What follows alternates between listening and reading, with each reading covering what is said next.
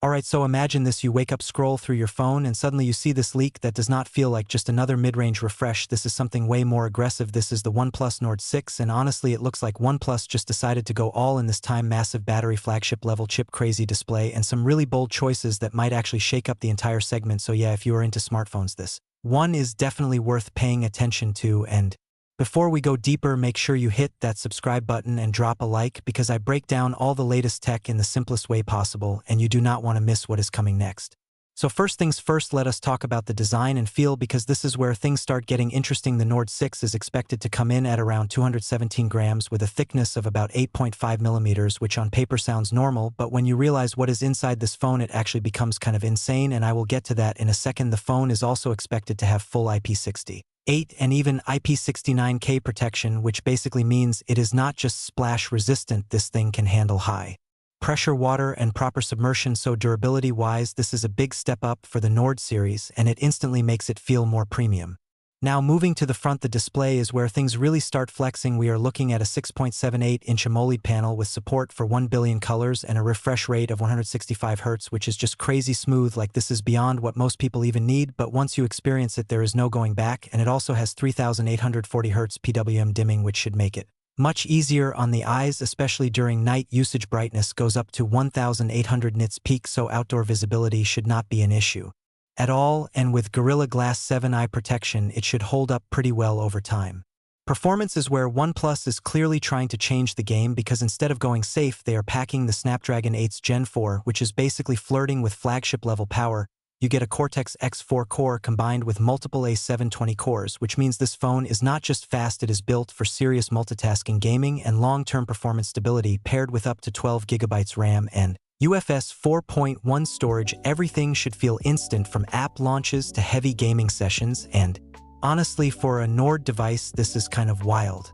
Now here comes the part that is going to grab headlines: the battery. This thing is rumored to pack a massive 9000 mAh battery, and yes, you heard that right, 9000. That is almost tablet level capacity inside a smartphone, and if OnePlus manages to optimize this properly, we could be looking at 2-day battery life without even trying, maybe even more for lighter users, and despite that, you still get 80-watt fast charging along with multiple charging standards and even reverse wired charging, so this could easily become one of the best battery phones of the year. Alright, quick pause. If you are enjoying this breakdown so far, go ahead and like the video and subscribe, because I have more upcoming leaks and comparisons that you are definitely going to want to see, especially with how competitive smartphones are getting right now. Now let us talk cameras, because this is where opinions might get a little mixed. The Nord 6 is expected to come with a 50-megapixel main sensor with OIS and an 8-megapixel ultrawide, and while the main camera sounds solid, the ultrawide does feel a bit underwhelming, especially compared to what some competitors are doing in this range. But OnePlus is adding features like a color spectrum sensor, Ultra HDR, and solid video capabilities, including 4K at up to 60 frames per second, so overall it should still deliver good results, just maybe not class-leading in every scenario. On the front, you get a 32-megapixel selfie camera with 4K video support, which is great for content creators or anyone who likes recording videos on the go, and with Euro EIS stabilization, it should keep things smooth even without a tripod.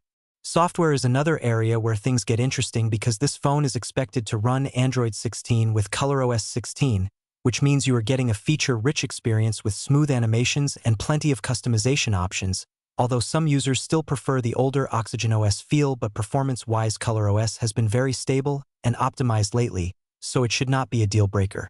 Connectivity is fully stacked here. You get Wi-Fi 7, Bluetooth 5.4, advanced GPS systems, NFC, and even an infrared port, which is something a lot of brands have stopped including, so it is nice to see that making a return. And yes, you also get stereo speakers for a more immersive media experience, although there is no headphone jack, which at this point is pretty much expected.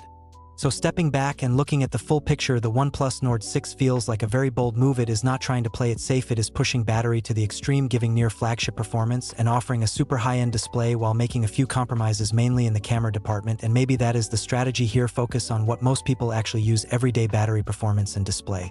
The real question now is pricing, because if OnePlus manages to keep this aggressively priced, this could easily become one of the most popular phones of the year, especially for power users, gamers, and people who just hate charging their phone every night. Let me know what you think about this. Would you take a massive battery and top-tier performance over a better camera setup, or do you think OnePlus should have balanced things differently? Drop your thoughts in the comments. I read all of them. And if you enjoyed this video, do not forget to subscribe and like for more tech content just like this, and I will catch you in the next one.